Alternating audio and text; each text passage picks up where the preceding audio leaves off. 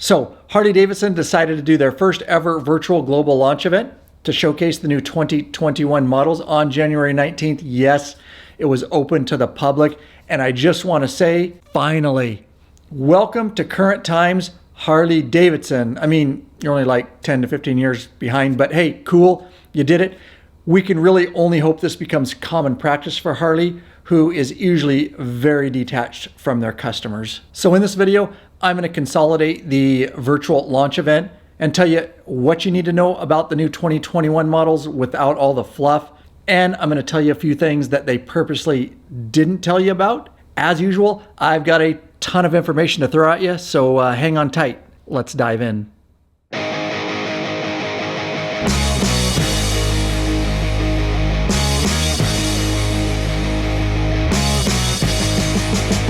Welcome back, Bikeaholics. Ryan Urlacher here, lawabidingbiker.com. I always thank you, that's right, you, for checking back in. And just a quick reminder, this is an independent channel. I don't work for Harley. I don't own a dealership. I'm not associated with them.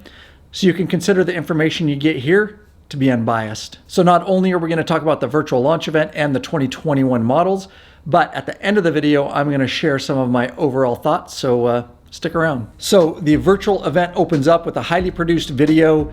It's got a bunch of glory shots. It's narrated by a female. It's clearly made to pump you up and get you going. And if that didn't pump you up enough, then next they cut to Jason Momoa. Yeah, the Aquaman dude, who is standing in front of a Christmas tree, which is odd because it's latter part of January.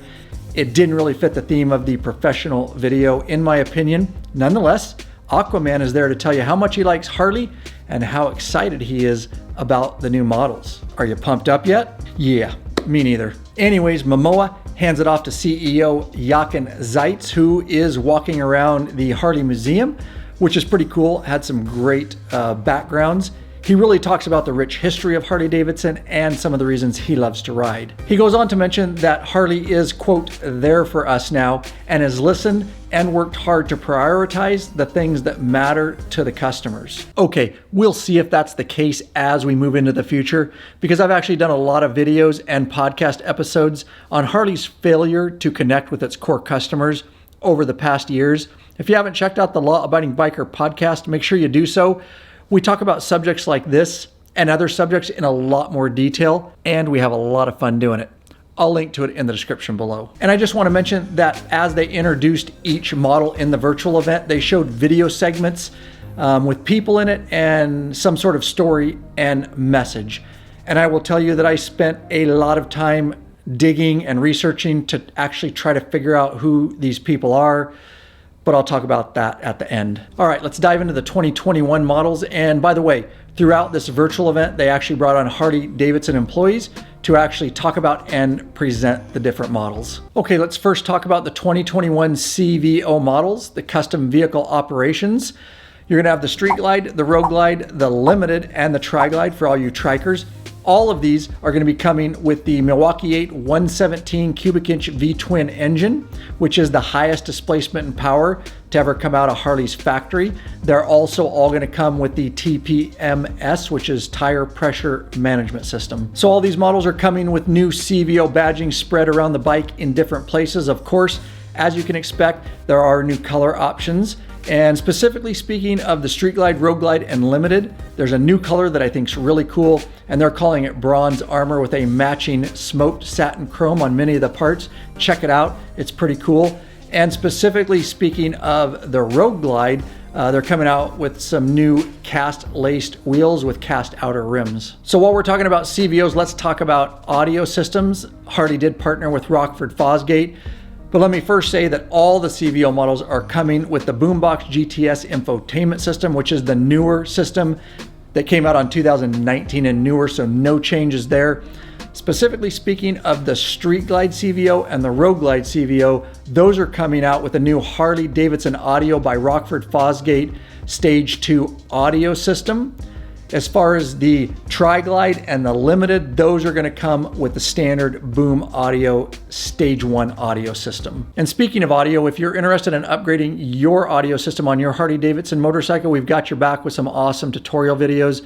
We've done a bunch of different systems to include Rockford Fosgate, Harley Boom Audio, Sounds Baggers, J&M and Hog Tunes. You can get them all over at lawabidingbiker.com/buy videos. Of course, I will link to it in the description below. So if you're into CVOs, then these 2021 models are pretty cool. More power to you. Me personally, I like to upgrade my bike myself and mostly use aftermarket parts that are better quality and less expensive. But that's just me. All right, moving into the 2021 special models. And those will be the Street Glide, the Road Glide, and the Road King. Exciting news, maybe Harley is listening, because on the Road Glide and the Street Glide in 2021, we have a black and chrome option, which is awesome because in the past, it was only a black option, which is why I also think they should have made a chrome option for the Road King, but they didn't. It's black only, so be aware of that.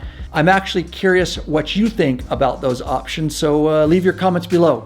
I look forward to reading them. And then they go on to talk about how this is the perfect bike to ride to Sturgis and talk about some of the great riding around the Black Hills area. Well, me and the Law Abiding Biker crew actually went to Sturgis in 2020, and I'm currently deep in the edit of my Sturgis 2020 documentary film.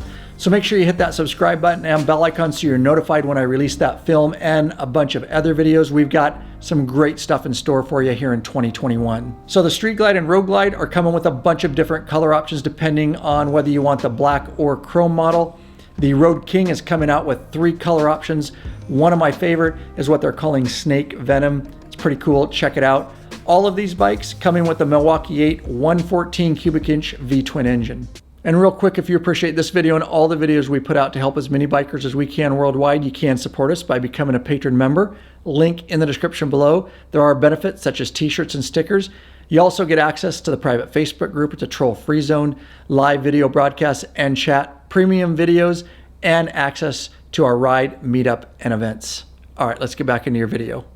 Okay, so let's talk about one of the things they didn't disclose to you, which they definitely should have. Yeah, a cable clutch on a premium 2021 touring model with no overall price reduction. So yes, it is true. Instead of a hydraulic clutch system, your new premium Harley-Davidson will be coming with a cable clutch system, which is old technology. And to put things in context, it was back in 2014 that Harley started putting the hydraulic clutch system on their touring models. Of course, we all know that over the years they have had some recalls. I will tell you that on my 14 Street Glide Special, I did have 1 recall, 2 recalls off the bat, but it got fixed and I have had 0 problems since. And so the discussion really becomes, why would Harley-Davidson do this?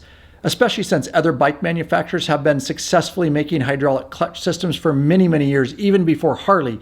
This is not complicated technology. Now you're gonna hear the dealerships tell you that it's because Harley apparently surveyed somebody and they said that they like cable clutches better. Well, I would like to know what segment of the market they actually surveyed and how many people to find out if that's really true. Now, I know it can be debated because it does really come down to personal preference, but let me tell you this.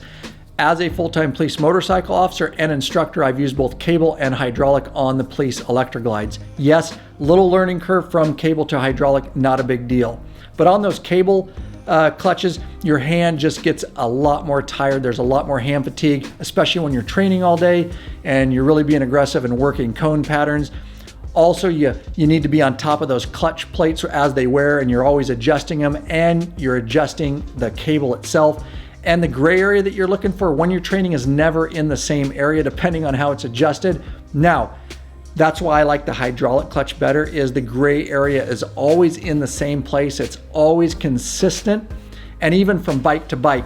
And it's just easier to pull and your hand gets less tired. Oh, and on the hydraulic system, you never have to adjust those clutch plates as they wear. You'll also hear some argue that when they're training, they like the cable system because they can adjust the lever to engage the clutch at a certain point off the grip. To me, that shouldn't really matter. If you're training hard, you really should be able to jump on any bike, spend some time on it, learn the gray area, and then be able to ride it proficiently. And if it really bothers you, they make aftermarket lever solutions for the hydraulic system anyways. So I think this is gonna piss a lot of customers off, especially as we look around and see other bike manufacturers with hydraulic clutch systems.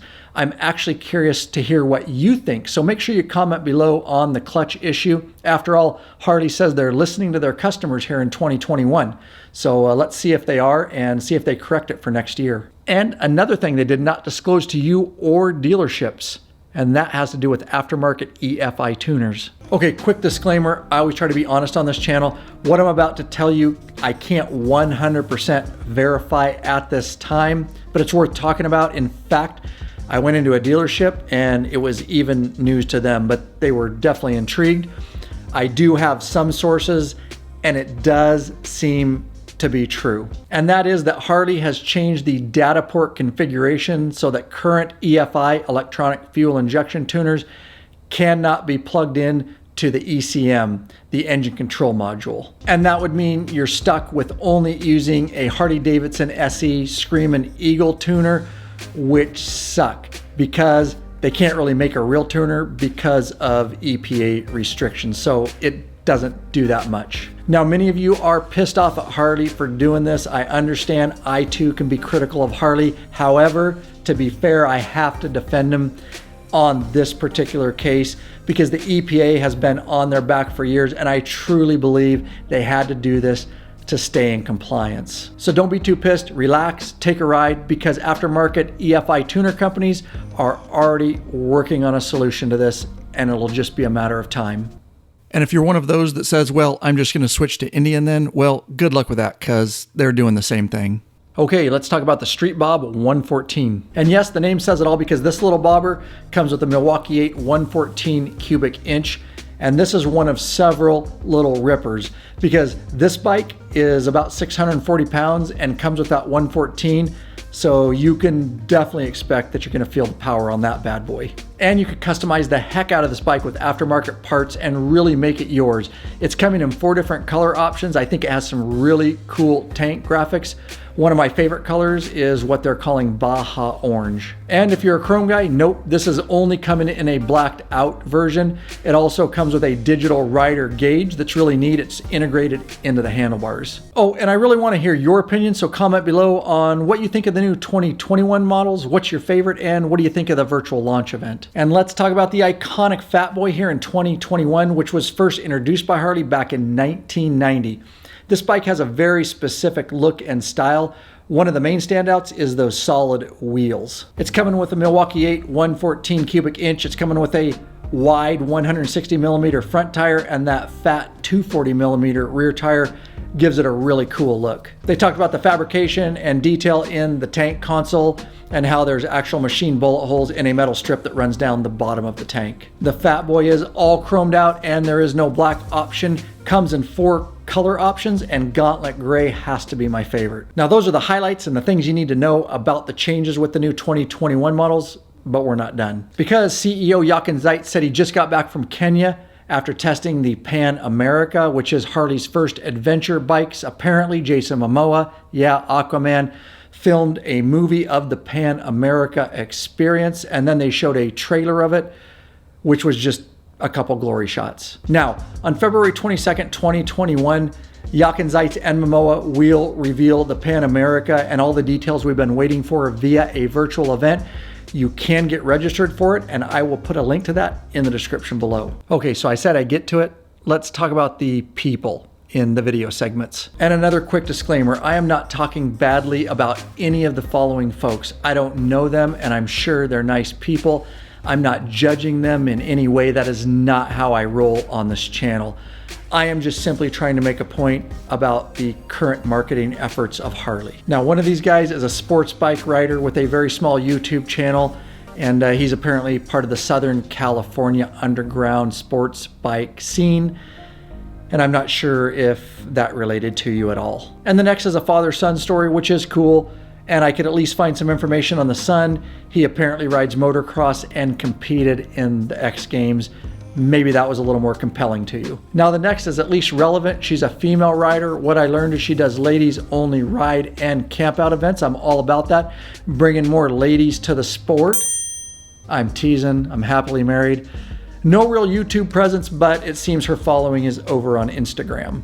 Okay, and the last guy, all I could find on him after a lot of digging is he's some sort of business strategy advisor and is known for helping some furniture company grow. Well, maybe he can help Harley reinvent their marketing strategy. And I reiterate that none of that was meant to put down any of those folks. It's simply to make a point. You see, I don't understand how Harley marketing can take that group of people, put them in a virtual event, and think that that somehow is going to connect with their large core audience. Aside from the female that does the ride and camping events, that's cool. I get it. Heck, I don't know. Maybe I'm wrong. Please comment below. Let me know if any of these other folks actually connected with you and would lead you to buy a new Harley-Davidson motorcycle. And I'll leave you with this. Although I believe Harley is kind of trying, they are still failing big time to connect with their current core audience, you, in the large online biker communities that currently exist. Okay, that's all I got, but your journey here is not done. I'm popping a couple cards on the screen for you. Maybe something useful, maybe something entertaining, heck, maybe both. Check them out. Thanks for watching. I'm out.